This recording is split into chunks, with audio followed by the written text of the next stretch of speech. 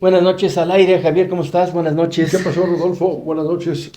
Bienvenido nuestro invitado, Alejandro Guillén Reyes. Reyes. Reyes.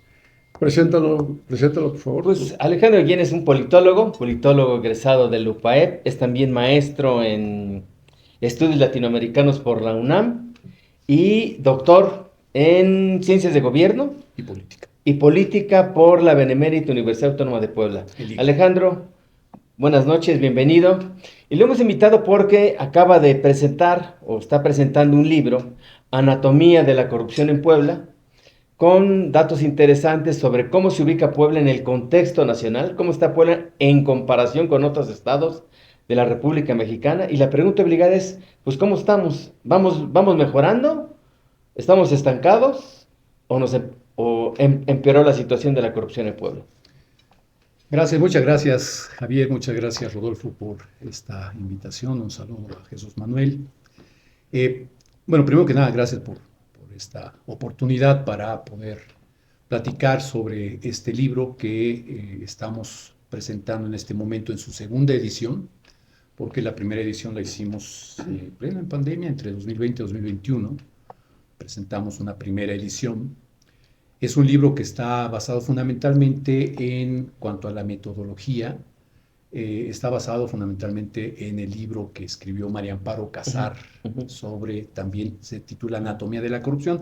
Nada más que a diferencia, lo que hace María Amparo es utilizar indicadores internacionales para hablar de México en su conjunto, y lo que aquí hicimos es hablar de Puebla con respecto a las demás entidades de la Con indicadores República, nacionales e con indicadores internacionales. nacionales e O internacionales. sea, la metodología del libro es la metodología que utiliza Amparo Casar. Exactamente, pero los indicadores obviamente son distintos, Ujú. y aquellos internacionales, aquellas mediciones internacionales en donde se ocupen, entre otras cosas, de medir también a los estados, son las que utilizamos. El caso World Justice Project, por Digamos, ejemplo. ¿hay continuidad entre la primera edición y esta segunda edición? O sea, digamos, ¿hay una actualización de los datos? Hay actualización de los datos, hay una actualización de los datos, no son los mismos los datos que escribimos durante la pandemia, porque además en ese momento todos los indicadores o todas las encuestas no estaban registrando lo que estábamos viendo en ese momento.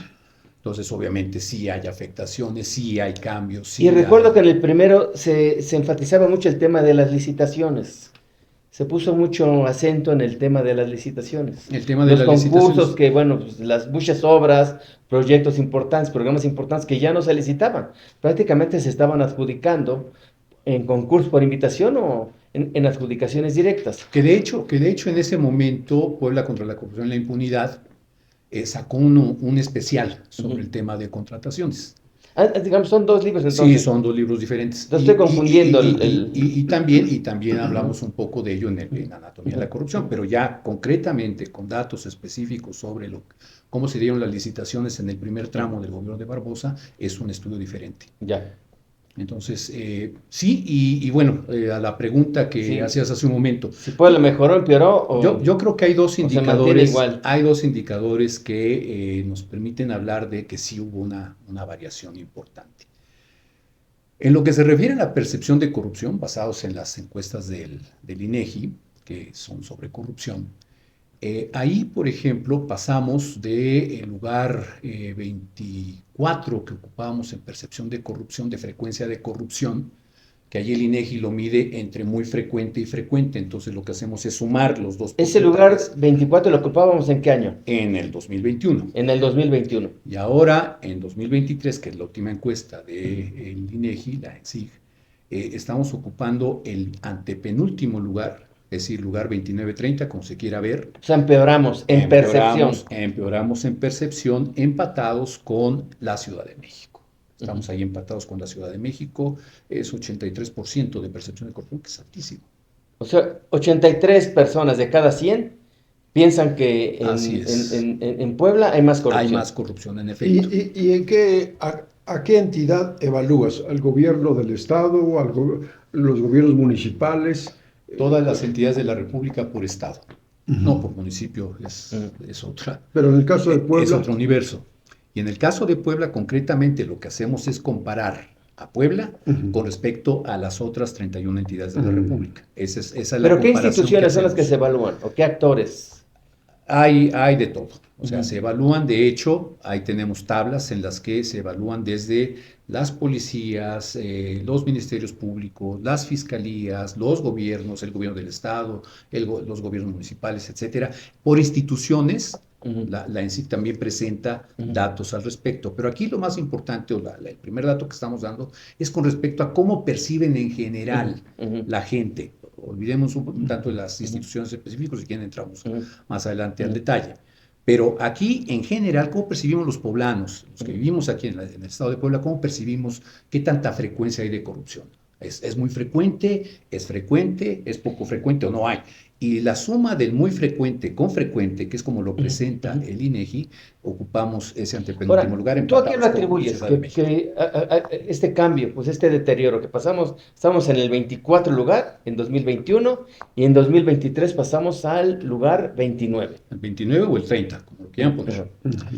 Eh, ¿Cómo lo quieren poner? Sí, porque están empatados. Digamos que cuando tú enumeras a los estados, pues están empatados ahí en esos Puebla y la sitios. Ciudad de México. Puebla y la Ciudad de México. Entonces, ¿Y 29, el 30. último, el que está en el sótano, quién El es? que está en el sótano, ahora les digo. Aquí traigo mis datos Ujú. para no errarla. Ujú. Ujú. Miren,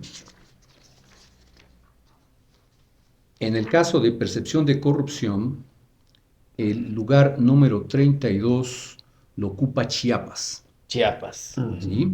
El lugar 30 lo ocupa la Ciudad de México, el 31 Michoacán, Ujú.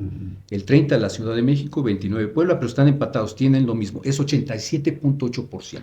Ujú. 87, o sea, casi 9, O sea, no 83, 87. 87.8%, es decir, casi 9 de 10. ¿Y tú a qué lo atribuyes? ¿Este aumento a qué lo atribuyes? ¿Qué pasó? Mira, aquí hay que tener mucho cuidado también con el tema de percepciones, ¿no? Ujú. Porque ciertamente no es lo mismo cuando percibes corrupción a cuando lo sufres de a de veras. Ujú. Y ahí vamos a hablar precisamente en Ujú. la siguiente medición que habla sobre la tasa de prevalencia de corrupción, que ahí sí se miden las experiencias de corrupción Ujú. que tienen los habitantes. Ujú. Entonces, en este caso, con respecto a la percepción, yo considero que en buena parte los medios de comunicación, los escándalos, tanto a nivel nacional como en el Estado, bueno, y Consulta ha publicado varios artículos sobre temas de corrupción, etcétera. Yo creo que eso ha impactado en términos generales en la opinión pública y hacen que se perciba que hay mucha corrupción, es muy frecuente la corrupción. Entonces, creo que el tema de opinión pública es un tema importante y por otra parte que tampoco el gobierno del Estado se ha preocupado mucho en realmente difundir algunos de los logros de los que si quieren vamos a hablar de ellos cuando hablemos del sistema anticorrupción. Ujú. Algunos de los pocos logros que ha tenido tampoco los ha presumido mucho. Entonces, ahí y particularmente el sistema anticorrupción me parece que le ha faltado difundir algunas de las cosas en las que se ha avanzado. Pero lo cierto es que en términos generales es un asunto de opinión pública, en donde los medios juegan un papel importante, en donde en las universidades, en fin, en todos los centros donde se genera opinión pública, allá juega un papel Ahora, ¿cuál es el importante estado esto. mejor evaluado en percepción? El mejor evaluado es, aquí lo tenemos, lugar número 1.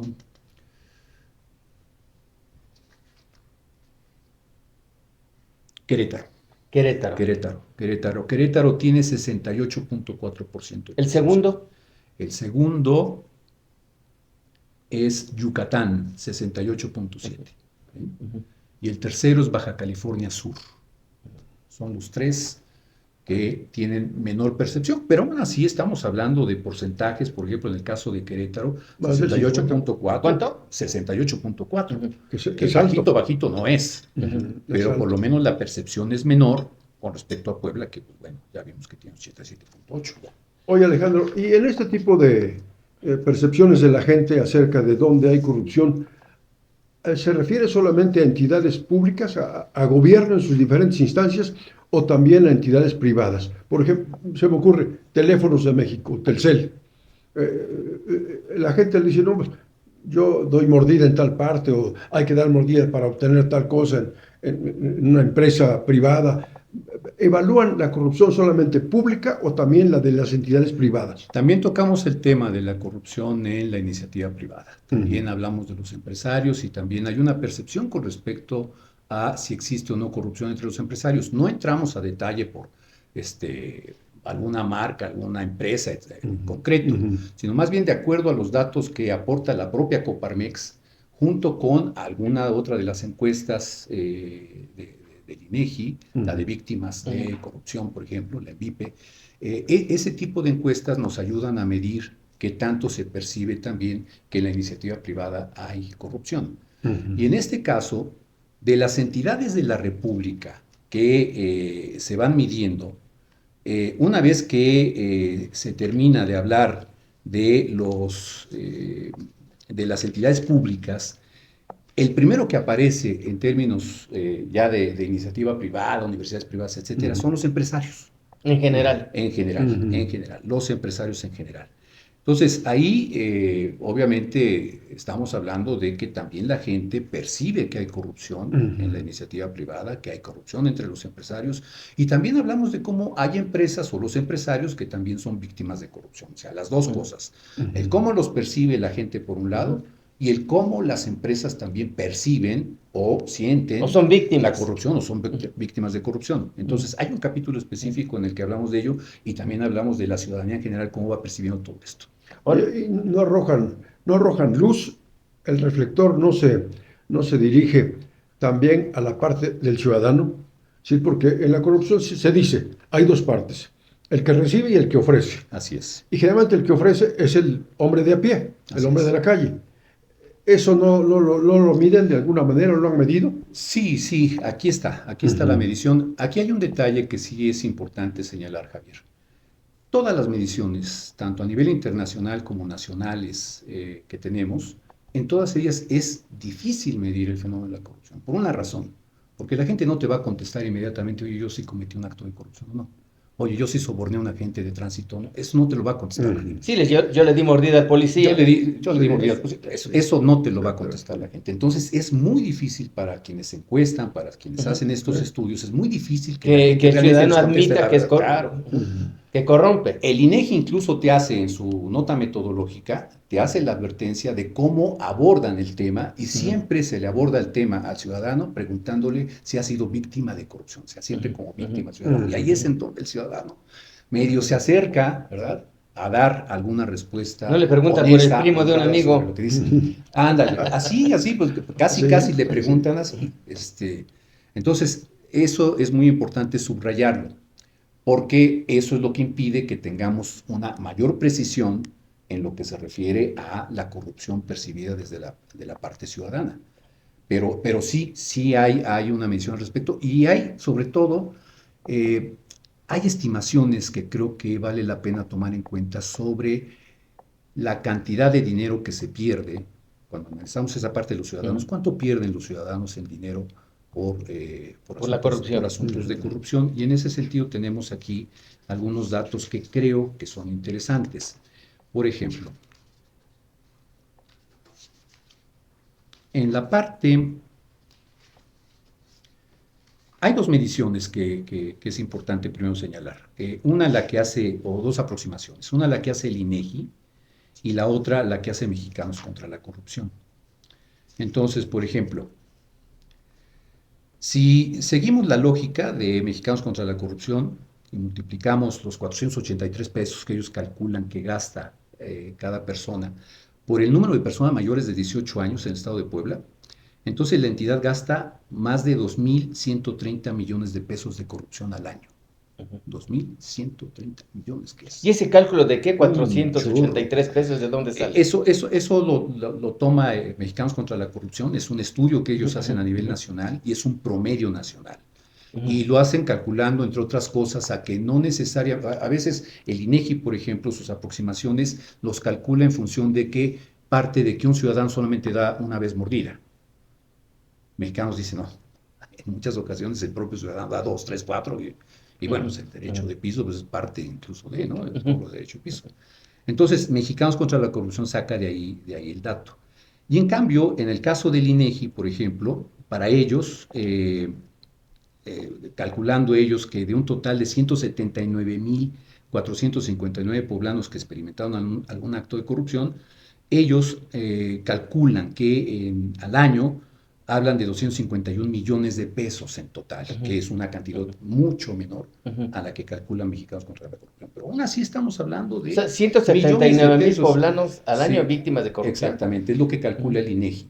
¿Sí? Y de acuerdo con eso, incluso ellos hacen la advertencia. Esto es una aproximación, no podemos hablar de cifras exactas, concretas, pero es una aproximación de acuerdo a los datos que tenemos. Entonces, de todos modos, estamos hablando de 151.780.000 pesos que se gastan en la entidad por corrupción. La cifra me parece corta, ¿no? Esta es la Nada que más dice el vemos INEGI. el tamaño de las licitaciones. Y es precisamente digamos, el punto que cuestiona Mexicanos contra la Corrupción del INEGI. Por eso nosotros ponemos las dos. Es decir, escribimos las dos y bueno. Sí, hay compras pues de 1,000 ahí- millones de pesos, licitaciones No. de obras que rebasan los 1,000 millones de pesos. Sí. Si el moche es del 20%, pues ya ese porcentaje quedó corto. Quedó corto, claro. Sí. Oye, Alejandro, ¿qué es la tasa de prevalencia? La tasa de prevalencia son las experiencias de corrupción que tienen los ciudadanos en las oficinas, en ventanilla, en donde hacen trámites. O sea, ya no es percepción. Esa ya no es percepción, ya es, más bien le preguntan al ciudadano, ¿usted ha sido víctima de corrupción? Sí. Y entonces van haciendo el conteo, de ahí sale la tasa. Y cada estado tiene una tasa de prevalencia. Y ¿Y ahí cómo andamos? en ese sentido, ahí sí hay un avance. Del año, por ejemplo, andábamos en el lugar 31 todavía. En 2021. En el lugar 31 en 2021 se dio un brinco, de acuerdo a estas cifras, nosotros no estamos manejándolas, haciendo cálculos, no, aquí las cifras, tal y como las presenta el INEGI, estamos dando un brinco del lugar 31 al lugar número 9. Pues, ¿qué pasó? Eso es lo que... O sea, ¿los poblanos dejamos de dar mordida o qué pasó? No, pueden ser ¿O varios las factores. instituciones nos dejaron de extorsionar? Pueden ser varios factores, en efecto, porque en primer lugar los históricos que Es tienen un que ver brinco muy la grande, tasa, ¿no? con la tasa Sí. de prevalencia. Hay que ver si se confirma en la siguiente medición, que es el siguiente año. Hay que ver si se confirma. Pero mira, en el libro nosotros establecemos un histórico, desde que se mide esto de las personas que se asumen como víctimas de corrupción. Hay estudios que desde inicios de este siglo hizo, por ejemplo, Transparencia Mexicana. Y ahí se puede observar cómo en Puebla, después de que ocupamos el lugar 32, se acordarán con época de Melquiades, que hubo una medición sobre la corrupción que hizo Transparencia Mexicana y que en ese momento Puebla salió en el último lugar con mayor tasa de prevalencia de corrupción. Bueno, desde esa época, desde esas primeras mediciones que hace Transparencia Mexicana, ahí se puede observar de manera clara cómo hay un esfuerzo, hay un intento, incluso estamos hablando de la época del gobierno de Mario Marín, hay un esfuerzo por pues, tratar de bajar esa percepción o en este caso la tasa de incidencia, de bajarla lo más posible. Y hubo un avance en ese sentido, en esas primeras mediciones históricas. Ya después entra el INEGI. Estamos hablando ya de 2013, a partir de 2013 entra el INEGI y es en donde tomamos también el histórico. O sea, a partir del 2013, el INEGI empieza a medir percepción. El INEGI mide percepción y mide tasa de prevalencia. Tasa de las prevalencia, dos. okay. Las dos. Oye, y por entidades, es decir, por dependencias o por niveles de gobierno, ¿en dónde la gente dice que le extorsionan más, que tienen que pagar más mordida? ¿En qué instituciones? Bueno, primero, en cuanto a nivel de gobierno, se percibe más corrupción en el gobierno del Estado y casi la misma percepción con respecto a gobiernos municipales. Y en donde se percibe que hay menos corrupción es en el gobierno federal. Pero en buena parte también hay que ver... Por la lejanía. Digamos, tienes más contacto con la autoridad municipal. Y la propaganda que se dio desde el gobierno federal, de decir que ya combatimos la corrupción y se sacaban los pañuelos blancos, ¿no? Eso también genera la percepción de que se perciba más corrupción en los gobiernos locales, tanto en el estatal como en el municipal. Entonces, eso en lo que toca a los niveles de gobierno. Y en lo que toca a cada una de las instituciones, que es la pregunta que haces, Javier, mira, tenemos una tabla en la cual igual hacemos el histórico en el libro. Y, por ejemplo, el gobierno federal en 2017, era la época de Peña Nieto, por ejemplo, se percibía que en Puebla era la institución más corrupta del país, de época de Peña, ¿no? Sin embargo, ya para 2023, el gobierno federal pasó al lugar 11 en percepción. O sea, después de que era el primer lugar en 2017, pasó al lugar 11 en 2023, ¿sí? Con una percepción de 67.1. En el sexenio de López Obrador. Ya estamos hablando del sexenio López Obrador. Eso quiere decir que la propaganda que hizo López Obrador con respecto a que él combatía la corrupción. ¿Pero esa es percepción o es prevalencia? No, esto ya es percepción. Esto es percepción. ¿Sí? Prevalencia es solamente la que ya les mostré, ya les dije, porque ese es independientemente de la institución en la cual se da mayor número de experiencias de corrupción, está en términos generales. Aquí estamos hablando de la percepción sobre la frecuencia de corrupción.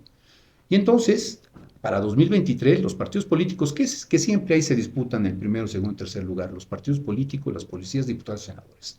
Esos desde 2017 vemos cómo se brincan de un partidos lugar políticos, a otro. policía y... Partidos políticos, policías y diputados y senadores.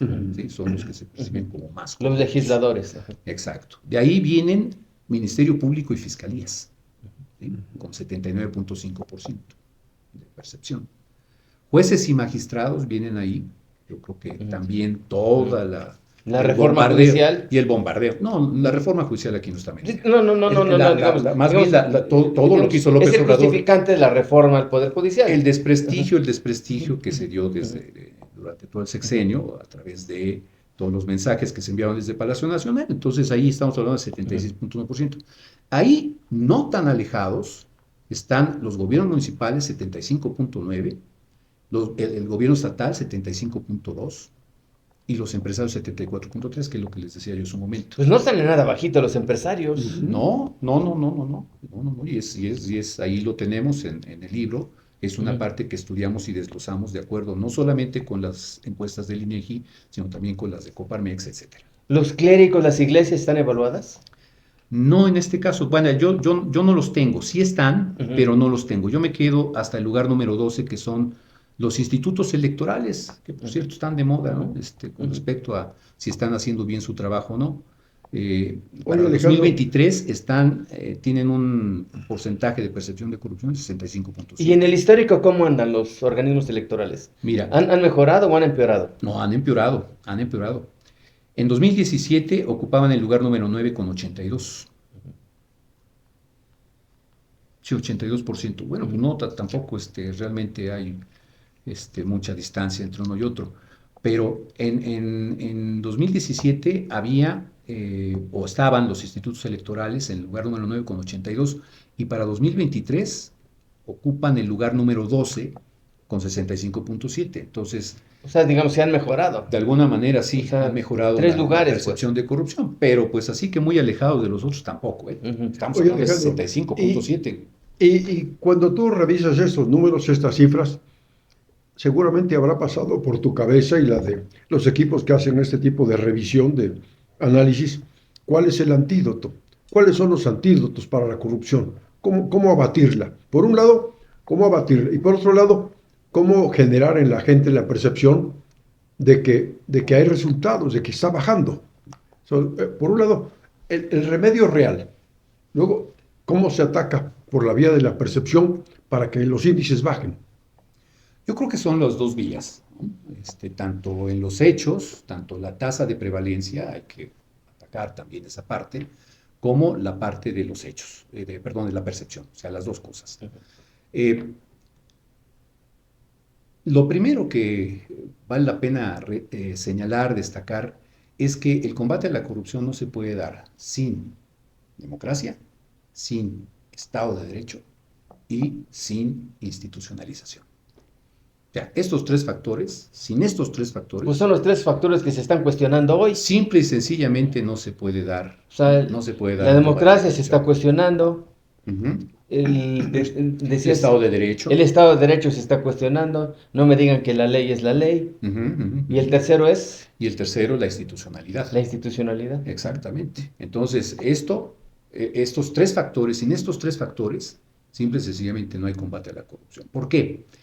En primer lugar, porque en la democracia, entre otras cosas, estamos hablando de un régimen que más allá del asunto de la competencia electoral, el voto libre, etcétera, también no implica libertad de expresión y y la parte institucional, división de poderes, ¿no? Por un lado. Y por otra parte, el Estado de Derecho, si no hay reglas claras, y si esas reglas no se cumplen, pues simple y sencillamente cada quien hace lo que guste con esas reglas y resulta mucho más conveniente el dar una mordida, el sobornar, etcétera, a cumplir con las reglas. Pues con base en este diagnóstico, el panorama es muy negativo, ¿no? El panorama parece adverso. Va a depender de cómo quede finalmente la reforma constitucional, que pues todo parece indicar que vamos a entrar a una crisis constitucional, si es que no ya estamos. No, de entrada también había que considerar que la justicia mexicana no estaba como para presumir en el extranjero. Leí el dato de que 8 de cada 10 jueces tenían antecedentes de corrupción en el país. Entonces el índice el nivel de justicia en México de entrada ha estado siempre por los suelos. Sí, muy cuestionado, siempre ha estado muy cuestionado. Esa percepción la tiene la gente clara cuando va a tramitar un asunto y se enfrenta con que hay que pagar dinero para que te hagan justicia. De ahí a ahí. Ahora, la parte ciudadana, Alejandro, a veces partimos de que el ciudadano mexicano es un ángel, es una criatura celestial. Es víctima. Pero la corrupción... Y a los mexicanos nos gusta ese papel de víctima, ¿no? Sí, la corrupción la vemos por todos lados. El que saca de su negocio la mercancía y invade una calle. El que se pasa a los altos. El que se estaciona en lugar prohibido. El que quiere meterse en una cola cuando está haciendo hilera en un banco. El que ocupa el lugar de discapacitados. O sea, sí, son todos detalles se está corrompiendo la ley, la ética, el civismo. Eso cómo anda por parte del ciudadano. Mira, primero que nada, este tema de el cumplimiento del Estado de Derecho por parte de los ciudadanos es un asunto que venía, por lo menos, cuestionándose desde que pasamos a la elección de Vicente Fox en el año 2000. Desde que hay alternancia. Recuerdo que una académica, filósofa, Ikram Taki, que escribió un libro muy interesante que se llama Manual del Ciudadano Moderno, Manual del Ciudadano Contemporáneo. Ahí ella, cuando fue la presentación de ese libro, hizo la advertencia, dice, nosotros estamos dando el brinco a la democracia electoral, pero tenemos un grave problema, no somos respetuosos del Estado de Derecho, no tenemos tatuado el respetar las reglas, no tenemos... Y eso lo dice en términos generales, no es nada más un asunto de gobierno, es un asunto de México y su sociedad. De cultura. De cultura. Entonces, todos los casos que ustedes están mencionando pues, son reales, son ciertos. Y cuidado con que le llames la atención a la persona que está tirando basura en la calle, que está estacionando en un lugar prohibido. Cuidado que le llames la atención porque se ponen broncos, ¿no? Vaya, yo creo que algunos otros han experimentado esa situación.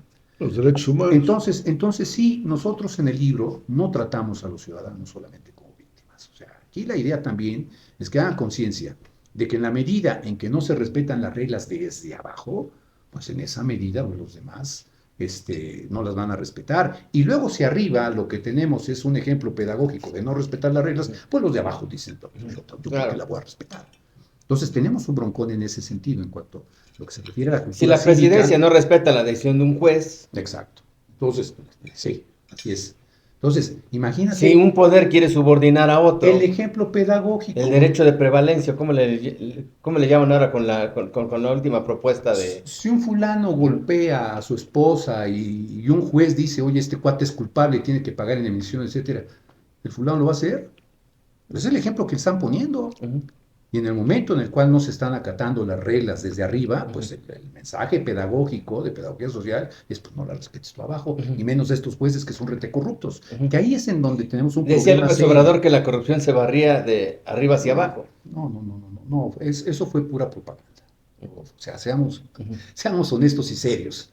Eso que vimos durante 6 años de que sacaba el pañuelito y estaba combatiendo la corrupción, fue puritita propaganda. Lo cierto es que en términos, en comparación de México, hablemos de la parte federal si gustan, en la comparación de México con otros países, miren, siguiendo el índice de transparencia internacional, por ejemplo, en el caso de la medición de transparencia internacional, México ocupó el lugar 126 de 180 países. ¿De la OCDE o...? No, global, ¿sí? En general. Pues es estar en el sótano. Ujú. Luego, de la OCDE, Ujú. de 38, ocupamos el 38. El último El lugar. El último lugar, ¿eh? Donde el promedio es de 66 de 100. México sacó 31 de 100 puntos. Entonces, estamos hablando de que estamos México es el colero en esta situación. Del grupo de los 20, ocupamos el 18 de ¿Estas 19. mediciones son de qué año? Estas son de 2023. 2023. De Transparencia Ujú. Internacional 2023. ¿Y empeoramos esas con respecto a años sí, anteriores? Por supuesto. O digamos que nos mantenemos ahí. Eso de decir que se acabó la corrupción, pues, O sea, en los rankings internacionales no hubo una mejoría. no hubo ninguna mejoría. No O, hubo ninguna o- mejoría. o quedamos igual o empeoramos. Alguien podrá decir, no, pues es que ya subimos 2, 3 puntitos. Es como lo que dicen de la criminalidad, ¿no? Bajamos el 0.5% este día, ¿no? Algo así. Entonces, en realidad, no hubo un combate a la corrupción. Y no hubo un combate a la corrupción porque el gobierno federal no le gustó trabajar con la institucionalidad existente. En ese momento ya se había creado el Sistema Nacional Anticorrupción, ya se había creado la Secretaría Ejecutiva, era una iniciativa completamente ciudadana, pero bueno, como salió en época de Peña Nieto, pues hay que darle Ahora, ¿qué va a hay que pasar con hacerlo el a un lado. INAI? ¿Sí va a desaparecer? Pues Porque hay pláticas con la Secretaria de todo Gobernación parece indicar que sí, ya está tomada la decisión. y incluso a la Secretaría de la Función Pública le cambiaron el nombre. Y Ahora va a ser buena- Secretaría y buena de parte- Anticorrupción y Buen Gobierno. Buena parte de los organismos autónomos van a desaparecer y esto ya está, yo creo que ya es una decisión tomada y lo que van a hacer, entre otras cosas, en el caso del INAI es absorberla por parte de la Secretaría de Anticorrupción y Buen Gobierno. Secretaría de Anticorrupción y Buen Gobierno. Y esta secretaría, el problema, Es que es juez y parte de la Secretaría. claro, exacto, O sea, porque no hay un órgano autónomo. en el momento en el cual el INAI era un órgano autónomo, Ujú. le pedía cuentas no solamente al gobierno federal, sino también al Poder Legislativo y al Poder Judicial, que eso es algo muy importante. La característica de los organismos autónomos es pedirles cuentas a los tres, no nada más a uno, a los tres. Entonces, al momento en el cual nos presenten ya en los hechos, que la Secretaría Anticorrupción, la nueva Secretaría Anticorrupción, absorbe al Instituto Nacional de Acceso a la Información Pública y Protección de Datos Personales, el INAI, en el momento en que lo absorbe, yo quiero ver cómo le van a pedir cuentas al Poder Legislativo Sí, a otro y al poder. Poder Judicial, A otro lo poder. que quede del Poder Judicial, ¿cómo lo van a hacer? Ujú. Y además, que se autoevalúe el propio Poder Ejecutivo a sí mismo, híjole, ya hemos tenido experiencias en ese sentido, desde la época de Miguel de la Madrid, cuando se creó la Secretaría de Contraloría. ¿Cuáles fueron los resultados? Ahora, ¿qué va a pasar con el Instituto de Transparencia y Acceso a la Información Pública de Puebla? Muy buena pregunta. Si en los hechos hay una reforma constitucional, pues es muy probable que desaparezcan todos. O sea, ¿no está decretada ya la desaparición del ITAI? No. No, aún no. Vamos a esperar finalmente cómo queda la reforma, pero Ujú. todo parece indicar que van a desaparecer los órganos El garantes, INAI. tanto el INAI, Ujú. pero pues, eso va a arrastrar a los Ujú. garantes, a los órganos garantes de los estados. Entonces, hay que ver cómo queda finalmente la reforma y ver si en todo caso los estados tienen la posibilidad pues, de seguir manteniendo autónomo a su órgano garante. Pero lo cierto es que, y esto hay que decirlo, y lo decimos en la parte en la que analizamos lo que ha sido la vida del sistema estatal anticorrupción, el ITAIPUE no ha sido precisamente, por lo menos en años anteriores a 2022, no fue precisamente un órgano garante de los derechos a la información de los poblanos. Y ahí Fue una están los tapadera, números, ¿no? y ahí están los números. Ujú. ¿No? Entonces, A ver, ¿cuáles son esos números? creo que Sería importante revisarlos. no, estos no los traje, pero están en el último capítulo. Les recomiendo El libro. que consigan el libro. Pero ahí lo que mencionamos es precisamente cómo, entre otras cosas, eso me tocó vivirlo, eso no me lo cuentan. Sí, ¿verdad? tú fuiste presidente Yo fui del presidente del Sistema Estatal Anticorrupción, Anticorrupción. Así es, como presidente del Comité de Participación Ciudadana. que es el órgano ciudadano Así es. del Sistema Estatal Anticorrupción. Así es, y en el último año que yo presidí el CPC, en el que me tocó presidir el CPC, también presidí al sistema en su conjunto. Entonces, a mí me tocó vivirlo como parte del CPC y fue parte del conflicto que hubo entre el gobierno del Estado con nosotros por un asunto de honorarios, de los honorarios. Entonces, en el momento en el cual nosotros solicitamos estamos hablando de 2020, 2021, cuando, en la época de la pandemia, por ejemplo, cuando solicitamos que se transparentaran los gastos con respecto a lo que se había Gastado para atender el COVID. en materia de COVID, pues la respuesta, pues la primera respuesta fue descalificarnos públicamente, ¿sí? Que por qué hacíamos público este asunto y además por qué nos juntábamos con los enemigos de la Cuarta Transformación. Y por otra parte, el Itaipu en su momento no dijo nada, ni pío. Entonces, ¿de qué lado están? En ese momento estaba Bueno, este porque organogrante, ¿no? en buena medida los comisionados ciudadanos que integran el ITAIP se perdieron y llegaron al ITAIP funcionarios públicos. Sí, en parte. O sea, llegaron Sí, gente en que parte. estaba como, digamos, haciendo funciones de transparencia en alguna dependencia y la promovieron como comisionado. O sea, Exactamente. se perdió el espíritu ciudadano del ITAIP también. Y ahí viene... Y las universidades también aflojaron digamos, la crítica. Exactamente, pero O sea, ahí viene un problema que creo que vamos a seguir teniendo durante los años siguientes. En la medida en que un gobierno, el que sea, llega y se adueña de los puestos públicos y particularmente de aquellos puestos en donde se supone que debe de haber una cierta autonomía, y aquí estamos incluyendo incluso a los organismos electorales, en el momento en el cual se coloniza por parte de un partido, en ese momento esa institución deja o pierde completamente su razón de ser. Oye, Alejandro, pero la otra cara de esto es que se evidencia la falta de competencia de los partidos políticos. Es decir, los partidos políticos no han alcanzado a competir lo que están criticando. y de organizaciones sociales que, digamos, que tampoco se manifiestan, pues. O sea, Bajaron. no hay crítica ciudadana Bajaron. de las Ni organización universidades, civil. los organismos empresariales, todo el mundo se hizo pato. O sea, no solamente, digamos, las universidades, sino las cámaras empresariales también dijeron, se voltearon a otro lado, pues. No todas. O sea, yo recuerdo en su momento que, por ejemplo, Coparmex, cuando tuvimos el conflicto con... Quizás sea la única excepción, ¿eh? Este- Pero el Consejo Por Coordinador, eso digo- Canacintra, por eso digo, Canaco, no Ujú. todas. Digamos que ahí hay que ir Ujú. separando un poquito. Algunas que Ujú. en su momento sí dieron la cara y otras pues simplemente ignoraron este tipo de asuntos. Pero lo cierto es que todas las organizaciones, y eso lo hicimos un análisis allí en el TEC de Monterrey, las organizaciones de sociedad civil fueron vapuleadas durante estos 6 años, han sido vapuleadas durante estos 6 años. Y nomás hay que ver de todo el conflicto que se dio a nivel nacional con Mexicanos contra la Corrupción, en donde sacaron los datos personales de su directora, en fin, todo lo que ya conocemos que se hizo con Mexicanos contra la Corrupción. Y así como ellos, a todos los organismos sociales y demás han sido descalificados, puestos contra las cuerdas como si fueran los opositores reales, cuando pues, lo único que se busca es que se cumpla con la ley. así se Y les que se ha está- etiquetado, pues. Exactamente. Como opositores, conservadores, financiados por el gobierno de fifís, Estados etcétera, Unidos. ¿no? Sí, claro. Todas las etiquetas habidas y por haber. Ahora, Entonces, eso, junto con las universidades también pues, han sido vapuleadas. La UNAM, cuando uno pensaría que la UNAM se iba a poner bronca y demás, pues nomás hay que ver qué vapuleadas les han puesto y cómo el último rector, pues hasta de pronto agacha las orejas, cuando antes pues, la UNAM era contestataria. Ujú. Y Oye, lo podemos ver en y- cualquier universidad pública, por cierto. Y este panorama también revela como fondo el problema de una pobre educación en México.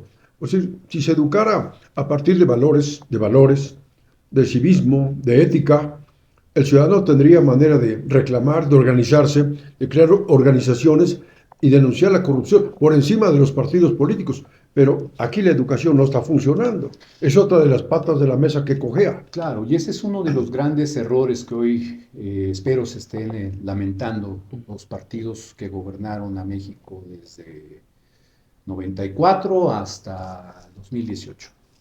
Una de las grandes fallas de esos gobiernos, el no haber puesto atención en que si estaba perfilándose, si estábamos en una transición democrática, era necesario atender la parte educativa para irle enseñando a la gente desde chavitos, irles enseñando estos principios cívicos, la defensa de la democracia, la defensa de las libertades, la defensa de la Constitución, la defensa de las instituciones, etc. No lo hicieron. No, lo porque hicieron. se Y al acomodaron revés, con el CENTE.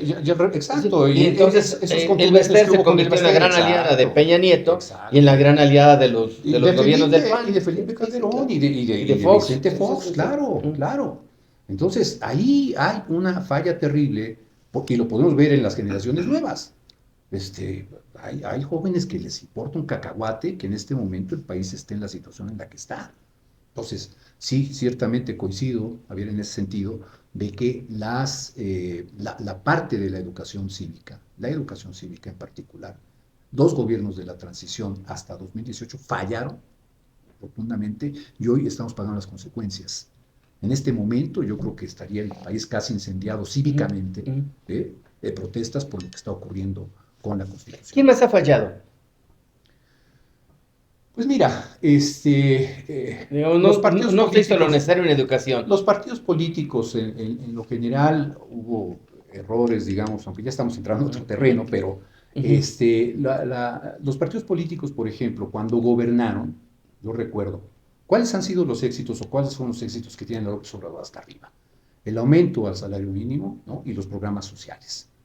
Recordemos el caso del salario mínimo, por ejemplo. ¿Cuántas veces se les insistió a los secretarios de Hacienda de Fox, era Gil, Sí. a Cordero, de Calderón y a Amid?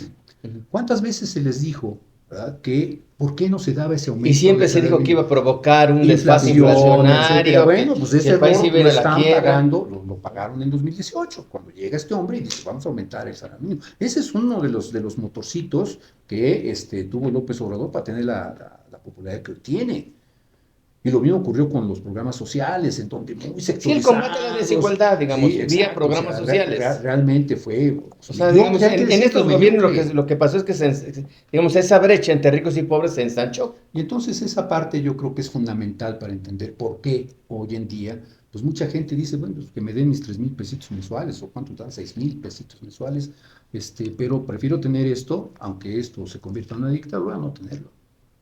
Porque para ellos es mucho dinero, ciertamente.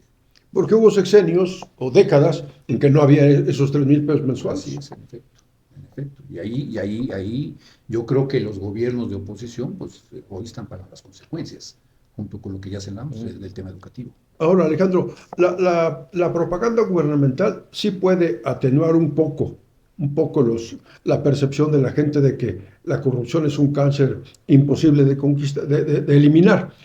Pero por la vía de los hechos, ¿qué deben hacer los gobiernos para apelar a la aprobación ciudadana?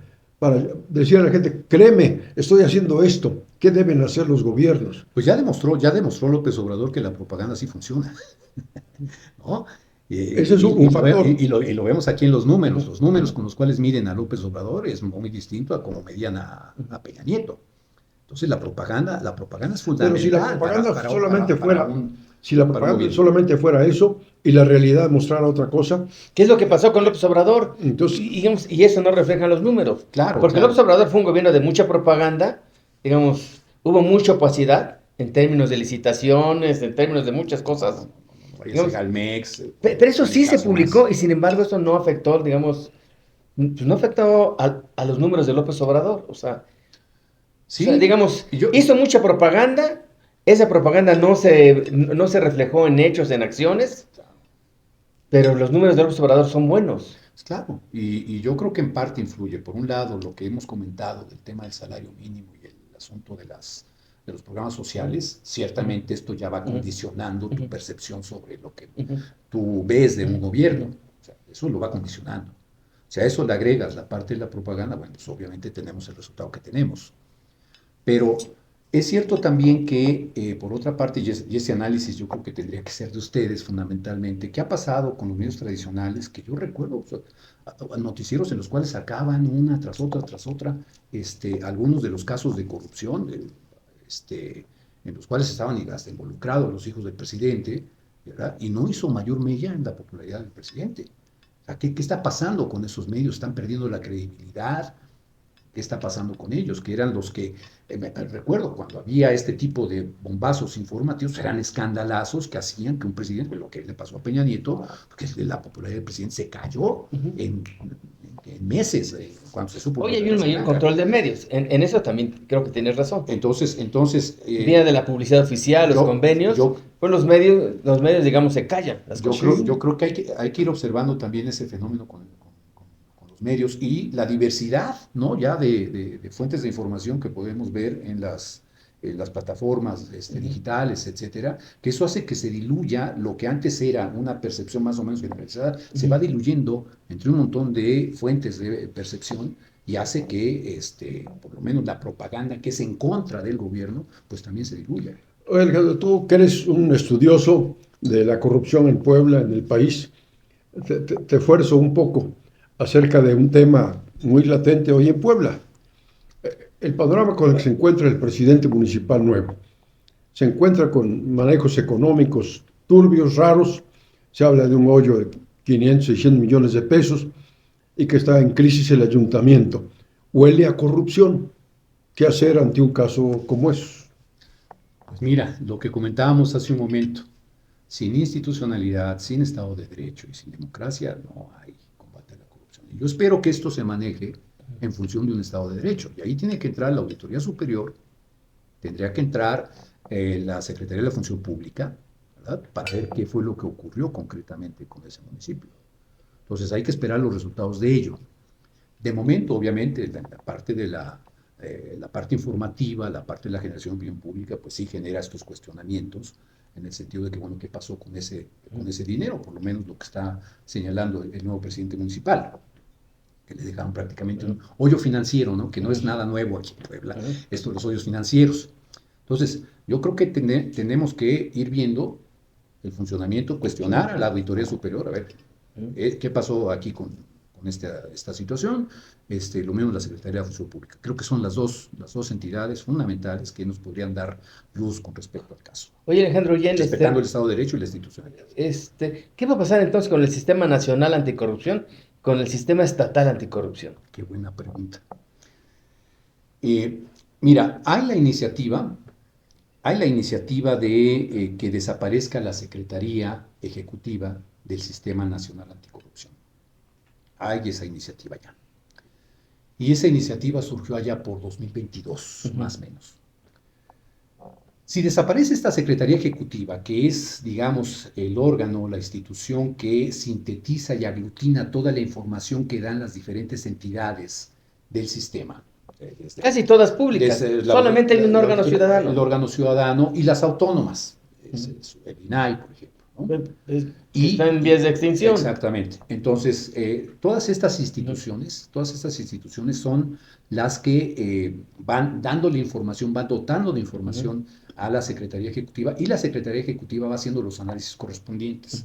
Además de que pues, lo que se busca es la coordinación, el trabajo coordinado de todas las instituciones para ir detectando, ir previniendo e ir combatiendo la corrupción en donde quiera que se presente, y particularmente las entidades públicas. Entonces, si desaparece esta Secretaría Ejecutiva, que yo de entrada les recomiendo los trabajos que ha hecho la Secretaría Ejecutiva con respecto a la Plataforma Digital Nacional, con respecto a, hay un programa transversal anticorrupción en donde se busca que todas aquellas instituciones que programaron un gasto para combate a la corrupción se sepa bien a bien en qué lo implementaron, cómo lo implementaron y cuáles son los resultados. Entonces, ese tipo de trabajos que venía haciendo la Secretaría Ejecutiva van a desaparecer. Y al mismo tiempo, ya no va a tener la capacidad el sistema anticorrupción de pedirle cuentas al Poder Judicial, aunque está ahí la judicatura, pero ya no va a tener la capacidad de pedirle cuentas al Poder Judicial, ni tampoco va a tener la capacidad de pedirle cuentas al Poder Legislativo, si es que esta Secretaría también la absorbe la nueva Secretaría, la Secretaría Anticorrupción y Buen Gobierno. Como si se ha también dicho. la absorbe como al INAI, ¿verdad? Tú dime de qué manera les va a pedir cuentas a los otros, siendo que es una institución, es una secretaría que pertenece al Poder. Si desaparece el INAI y desaparecen los ITAIPs, prácticamente. O sea, ya no va a haber manera de hacer solicitudes de información. No, sí, yo creo que sí, eso sí lo tienen que dejar, ya sería el colmo. Lo que sí es a ver si te la dan. A ver si no te la mandan. Sí, cuando solicitas una información comprometedora. Te la enlatan y te la ponen en 5 años. Y no va a haber poder autónomo que obliga a la autoridad a que te dé seguridad nacional, ¿no? Aunque sea del Tren Maya, por ejemplo, para hablar de los casos más emblemáticos. Eso ofrecería, por otro lado, un filón a los medios para hacer su papel de investigación periodística. De hecho, buena parte de los escándalos que surgieron del sexenio anterior, buena parte de ellos, y de los sexenios anteriores, particularmente el de Peña, todo lo que es la Bueno, la desde estafa Fox. maestra, bueno, los Fox y las toallas, Sí. ¿no? El Toalla Gate, claro. Pero en el caso, La caso Casa concreto- Blanca. La Casa concreto de Blanca. la Casa Blanca y la estafa maestra en época Son de... solicitudes de información. Exacto, todas ellas fue a través de solicitudes de información y con eso los periodistas documentaron la existencia de corrupción o de conflicto de interés, que también está como, hoy ya está legislado como un delito de corrupción. Pero lo que quiero destacar aquí es que en el momento en el cual desaparezcan esta Secretaría Ejecutiva del Sistema Nacional Anticorrupción y por lo tanto puedan desaparecer también las demás, pues prácticamente ya no hay sistema anticorrupción. O sea, si desaparece el sistema nacional, en consecuencia, ¿tendría que desaparecer el sistema estatal o podría haber una excepción, dependiendo del cómo gobernador? y depende cómo lo legislen, porque tú no puedes contravenir leyes locales con leyes federales y particularmente con la Constitución. Pero tampoco Si digamos, las leyes locales podrían estar en contradicción En el caso, de la legislación en el caso nacional. del INAI está en la Constitución. El caso de la Secretaría Ejecutiva del Sistema Anticorrupción no está en la Constitución, está en ley secundaria. Entonces, esta yo creo que les costaría menos trabajo desaparecer. Pero aún así, aunque está en una ley secundaria, lo cierto es que si la desapareces, truenas el trabajo del ¿Y el sistema estatal anticorrupción está en qué ley?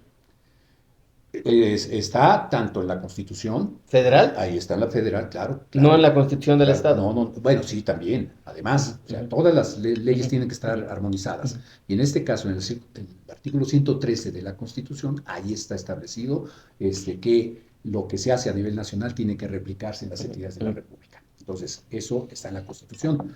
Tendría que hacer una modificación en la Constitución para ya desaparecerlos formalmente. Pero lo que sí pueden desaparecer, sin tocar la Constitución, son las secretarías ejecutivas que están en la ley secundaria, en la ley general del sistema anticorrupción. Ahí sí, esa sí la Ahora, pueden ¿tú ves desaparecer. voluntad política del próximo gobernador de mantener el sistema estatal anticorrupción o no? No lo sé, la verdad es que no lo sé. No he tenido la oportunidad de ver o de observar algún planteamiento concreto por parte de que será el nuevo gobernador, Alejandro Armenta. Sí supe que tocó algunos de estos temas en alguna universidad. Ahí me parece que le pasaron por ahí mal una ficha, ¿no? Porque propuso la creación de una fiscalía anticorrupción, me parece. Ya existe, ¿no? Ya existe. Entonces, es lo único que yo, por lo menos, estoy enterado de lo que piensa hacer o pensó hacer, y dicho en campaña. Ojalá y el nuevo gobernador tenga, entre otras cosas, independientemente de lo que se está cocinando a nivel federal, ojalá tenga la intención, espero la tenga, de trabajar, entre otras cosas, con las universidades, con las organizaciones de la sociedad civil que se han metido en estos temas. Tenemos académicos que se han metido en esos temas y que ahí están sus propuestas en materia de ¿Quién transparencia. es el secretario de la Función Pública que anunció Armenta? Estoy tratando de recordar, pero no sé. me viene a la cabeza. No lo tengo. Ahí en la mesa, ¿saben quién? Fue el secretario o quién fue nombrado secretario de la Función Pública. Mientras revisamos eso, Alejandro, ya está tu libro en circulación para el público, Anatomía de la Corrupción en Puebla. ¿Cómo lo pueden obtener los ciudadanos, la gente que ¿Cómo nos lo está pueden- escuchando? Y por otro lado, sobre eso mismo, el libro es interesante para toda la ciudadanía, pero ¿a quién se lo recomendarías especialmente? ¿A qué sectores, a qué personas? Mirarse en el espejo de la corrupción en el estado de Puebla a través de tu libro. Yo creo que, bueno, primero, ¿cómo conseguirlo? Lo que vamos a hacer es que las personas que asistan a la presentación del libro van a tener el acceso libre a el archivo electrónico. Y si alguien por alguna circunstancia no puede ir, Eso por un lado. Por otra parte, ya en su momento vamos a anunciarles cuando ya tengamos el libro impreso, ya con el libro, y de manera electrónica y los costos. ¿no hay manera de descargarlo, Estamos hablando digamos, de 250. digitalmente? Ahorita en este momento no, hasta que se dé la presentación y ya sobre eso vamos a ir tomando decisiones sobre si tiene algún costo o si de plano lo ponemos a libre circulación finalmente, porque creo que es una información que debe tener toda la Y ciudadanía. lo que tú quieres es que tu trabajo, tu investigación se toda la conozca, se ciudadanía, difunda. claro, toda la ciudadanía tenga acceso a él. No existe un libro para hacer negocios. No, pero sí también, y esto hay que subrayarlo, Las organizaciones de la sociedad civil no subsisten sin la cooperación de los ciudadanos. ¿Quién financia el Eso, libro? no, eso lo financiamos nosotros con nuestra lana. O sea, ¿tú lo pagaste? Sí, en parte, y la otra parte el presidente, Gerardo Navarro, son los que... El presidente de Puebla contra la sí, corrupción son- y la son- impunidad. Exactamente, y además el libro prácticamente yo lo escribí, yo puse a hacer toda la actualización de los datos, lo único que tuvo costo fue la edición para que pudiera salir en formato electrónico, tampoco estamos hablando de digamos, unas millonadas por ello. Pero lo que sí es que no hay organización de la sociedad civil que subsista sin el apoyo de la ciudadanía, y más en estos días, ¿no? Donde pues anda la gente ciscada, ¿no? Desde si apoyamos esto o aquello, no va a ser que me vaya a caer a 100, me vaya a caer ¿cómo se llama? La inteligencia financiera, en fin. Entonces, Parece que es una buena manera también de estimular la responsabilidad Claro. ciudadana, pues. O sea, Me que el imagino libro tenga que- un costo, digamos, pues, accesible, que la gente le pueda 250 descargar. pesos, hombre, 300 pesos. Yo Me creo imagino no va a que un ser gran cosa. sector, ese sector estudiantil, estudiantes universitarios de administración pública, de economía, tienen ahí una materia prima para emprender investigaciones y documentarse sobre este tema tan actual, tan Y presente. también los principales responsables De la función pública. de lo que todavía queda como sistema anticorrupción. Me parece que tanto la gente de la Auditoría Superior como la gente de la todavía Secretaría de la Función Pública, Los ayuntamientos. el propio Itaipúe, en fin, todas las personas interesadas en esos asuntos, para saber, tener un diagnóstico con números, ¿verdad? Y no con saliva, un diagnóstico de realmente cómo está la situación de la corrupción en Puebla. Y hay muchas cosas que hacer. O sea, los números que hemos manejado, más otros que están, porque aquí apenas si mencionamos algunos, pero todos los números que aparecen en el libro, me parece que son números que hay que atender y hay que ir viendo en serio las causas que provocan la corrupción, ¿no? Y no nada más un asunto de saliva y decir, es que estamos atacando las causas. No, no. Aquí hay números. ¿Hay forma de atacar la corrupción? Claro que sí. De hecho, el Sistema Nacional Anticorrupción y los sistemas estatales pues tienen ya una política anticorrupción en donde hay acciones concretitas que si se siguen al pie de la letra, o por lo menos hay la finalidad y la intención de que se lleven a cabo, yo creo que sí puede haber una disminución, tanto en percepción como en la tasa de prevalencia. Pero no en el corto plazo, ¿no? No en el corto plazo, no, por supuesto que no. Pero debe de haber, entre otras cosas, y eso lo decimos en el libro, voluntad política. Si no hay voluntad política, pues nos pasa lo que nos pasó en 2020 a 2022. Si hay voluntad política, puede ser que lo que ocurrió en 2022 hasta la fecha, que hubo voluntad política para que el sistema funcionara y demás, puede ser que demos resultados, algunos a corto plazo, otros a mediano y el grueso a largo. Me pasa la producción. El próximo secretario de la Función Pública será Alejandro Espidio. No lo conozco. ¿Tú lo Sí, conoces? sí lo conozco, es un político más bien, un funcionario que ha estado cercano a Armenta, que ha ocupado algunos puestos en la Secretaría de Gobernación. No es un especialista en temas de auditoría, ni es un fiscalista, pues, pero será el secretario de la Función Pública. Vamos a ver, y ahí el tema es voluntad política. Si se rodea de buenos asesores y demás, pues yo creo que puede ser un buen papel. Pues muchas gracias. Pues Muchas Alejandro, muchas Alejandro. gracias. Al contrario, muchas gracias. Nos encantó platicar contigo y felicidades por ese trabajo editorial. Muchas gracias, muchísimas gracias, Javier. Gracias, Rodolfo. Un placer Gracias, haber estado Alejandro con Guillén. ustedes.